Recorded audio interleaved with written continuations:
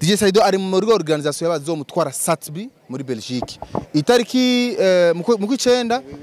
itariki zinga ni oui so gucenda dushaka kumenya organisation ipanze gute abarundi bari muri Belgique bipanze gute ahubwo ubu musigaye ndonka ama message mbe nta kuntu basiyoza basi une semaine avant tumubone kuko Satbi n'umuntu yakoze neza kuva na kera samwe mu bidoga entre parenthèses bavuga ati d'autres sur ma hits par exemple D1 nariko ndumva ngo D1 asora ma hits menshi ariko ntatumigwa mu biteramo vy'Iburaya niki mwisungigira mutumira abartiste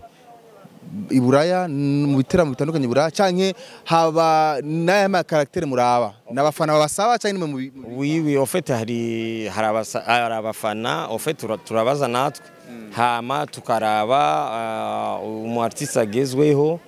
hari imyidogo igeze ko haba kuvyerekeye visa like ama visa yarabagora kuronka aba artiste niki ubu kumenga vyarugurutse gato mwakoze iki Saido en fait je nibaza yuko kenshi bivana n'ibikorwa vy'aba artiste ico ni cambere Isaac TV ho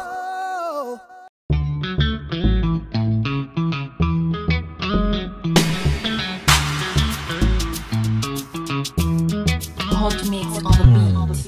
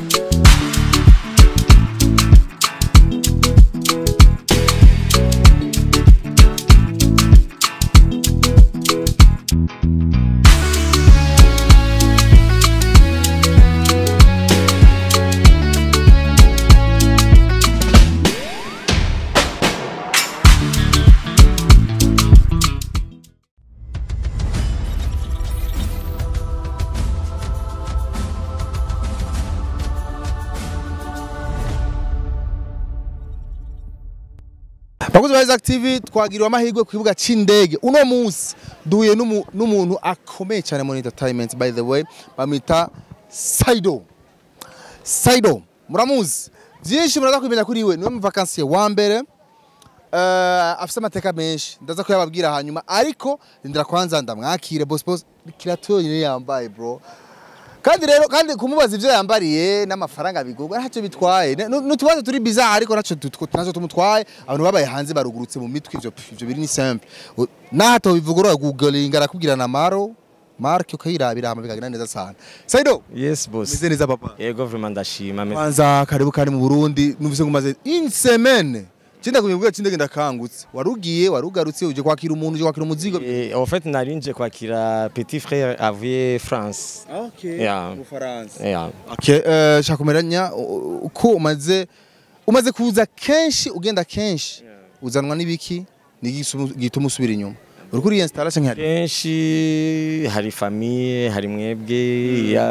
ya abartiste ama événement vyose en tout cas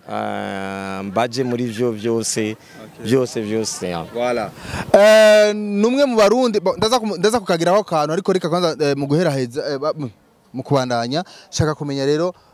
iyo uje mu Burundi uje ku bwa famille ariko hari ikintu winjiyemwo peut-être benshi batari bakuzimwo ko ushobora kuba ugikora côté ama événement iyi project yo gutegura ibiteramo ama events ibiki byatanguye byari kuri site en fait byatanguye muri dufate nko muri 2021 gutyo après covid kuko kenshi ibiteramo byinshi byabera hanze wasanga chaque fois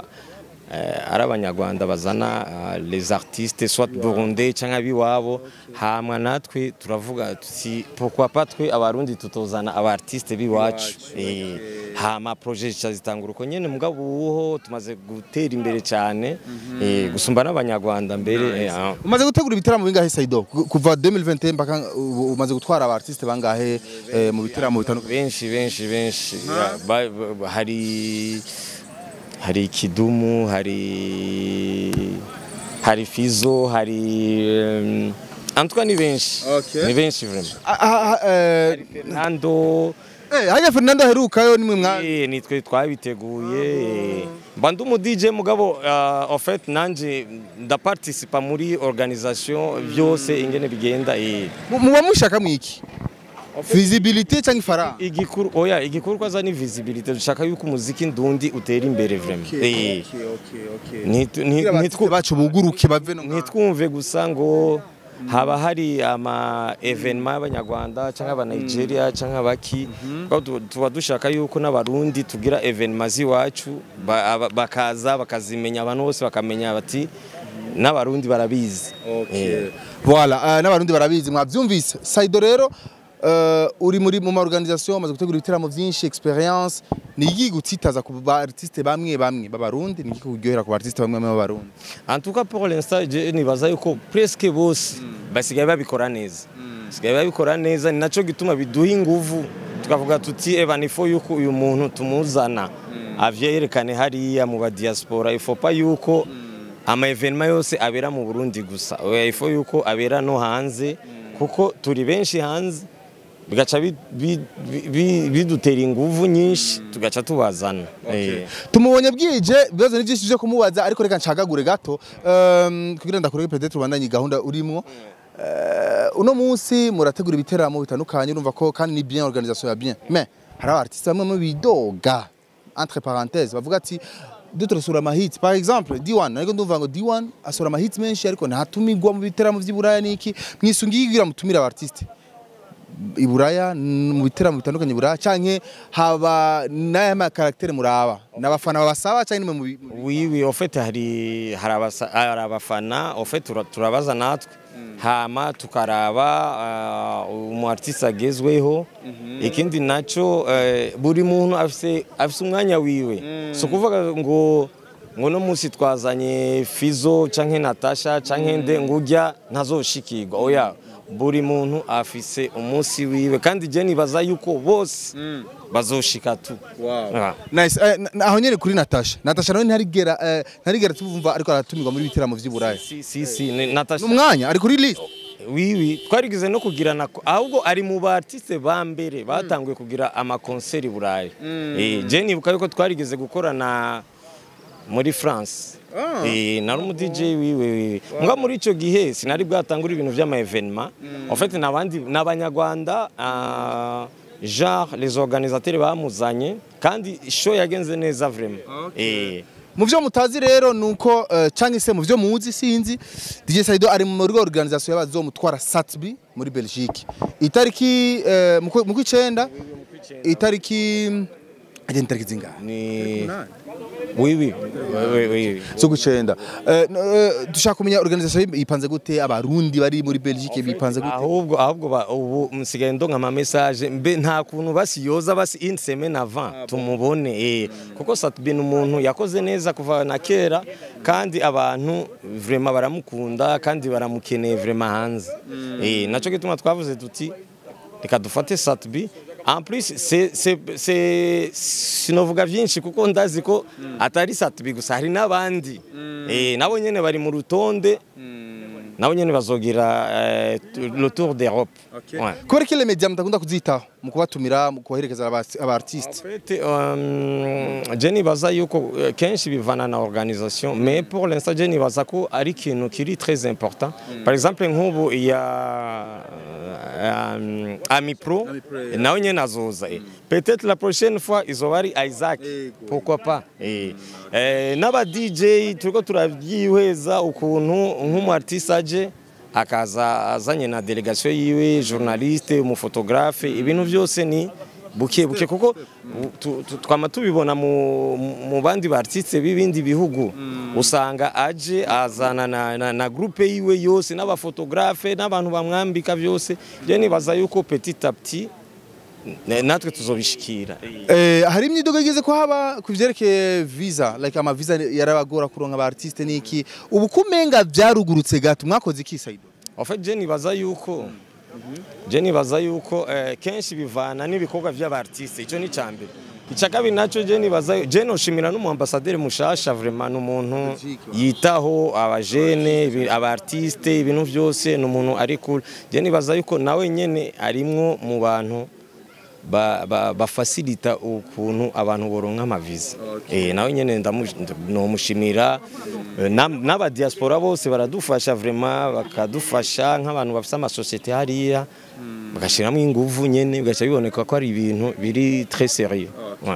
Sawa Saido ni byinshi byo kubaza ngo twabivuze umwanya ntitwemerera ko buriko burira kugira tukoreke ubananyiza ibindi bikorwa. Conseil iri ku rutonde woha aba artiste bamwe peut-être bataragirirwa amahirwe yo gutumirwa mu bihugu byo hanze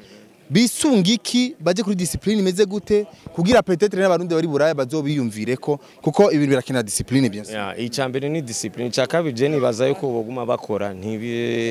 bakore vraiment bakore buri muntu afise umwanya wiwe sikuvuga ngo no musi Satbi yaje ngo yaje sinzojayo oya buri muntu afise umwanya wiwe n'isaha yiwe. Kubera iki artiste bamwe kubera iki abafana bumvise umu artiste ko agira buraya bibaza ko adashobora kugaruka ndibuka Bface agiye Australia baramwidoge yagarutse ati yo Bface uradekonye abandi cyane umva abantu benshi bariko baravuga Fernando Konyene abantu baramwataka ba dramatique ubu byabaye simple kubera iki abantu bibaza ko umu artiste kugenda iburari ngombwa acaguma canke atari ngombwa kugaruka avantage ni ihe kugaruka canke avantage ni ihe kugumayo canke duha umuco gato kuri iki baza yuko ugarutse byo bavyiza ugarutse byo bavyiza ukabandanya umuziki ni navyo vyiza nico kintu kiba kigutwaye kuko uje nka rimwe kabiri ubwa gatatu ntibisaba yuko organisation igusabira visa wenye n'umu artiste urashobora kwisabira visa ukaza ukicara nk'abandi nka 1 mois 2 mois hamugata ukagaruka mu gihugu. Sawa bwana Saido byinshi rero kubyere ku buzima bw'inko nabivuze turashobora kubicako gato Saido je singinda nabajije umuntu tubazo turi bizarre gato utubazo tumwerekeye Saido no mu papa no mu jeune vie privée gato. J'ai mon papa, j'ai une petite fille. Wow. Aba hanze nyene mugabo amaze kuzino juste une semaine. Gushika numa guma mamagara papa est-ce que je peux venir au Burundi? Il faut que tu me ramènes au Burundi. Nkavuga ni écoute nzogutwarayo bana 6 mois. Umwana umwe. Yego. Afite imyaka 3. Wavyaye utevye quand même. Ubyara nk'abazungu nyene ntubizi no bisigaye ubuzima busigaye bugoye. Okay. So bon cyakumenya bivanye urekanye n'ubu DJ ukora iki abundi buzukora tutitayo by'ubu DJ. Oya au fait normalement je nkora ubu DJ gusa no muziki gusa ntunze nico nyene ouais bon hajya kugenda mu Faransa twumvuri muri Belgique twumvuri hehe twumvuri mu Burundi muziki gusa nuko gusa au fait carrière yanje en fait c'est confiance n'abandi ba artiste b'ibindi bihugu ugasanga abanyarwanda aba Nigeria kuko twani benshi ba Davido ba Diamond bose bamaze kuvugiza ba Davido DJ Arafat bajya bose. Wow. Ni benshi. CV umugabo murva ko yuzuye. So umuntu yoroshe. So reka rero ndagushimire peut-être tukwifurize mbemvuge gute. Tukwifurize vacances nziza, tukwifurize agaruhuko keza. Waje kuruhuka akayaga ni bon. Akayaga ni bon agakeke agaswage bana kera kitu ni fire. Yari DJ Saido turiko turayaga dutera inkuru imwe cyangwa zibiri tuko turitegura kumutwara Satbi muri Belgique urumva nyene ko biko birapangwa neza hama abarundi bose muri Belgique re mwipange turaje Satbi wanyaraje bana tukubitane za ndirimbo nyene DJ Saido ari haja kuri mix n'abandi benshi bakora byosha cyane twaza classic Saido tupige hivi basi. Merci. Thank you papa. Isaac TV, big up my bro. Thank you so much. Isaac TV. Oh.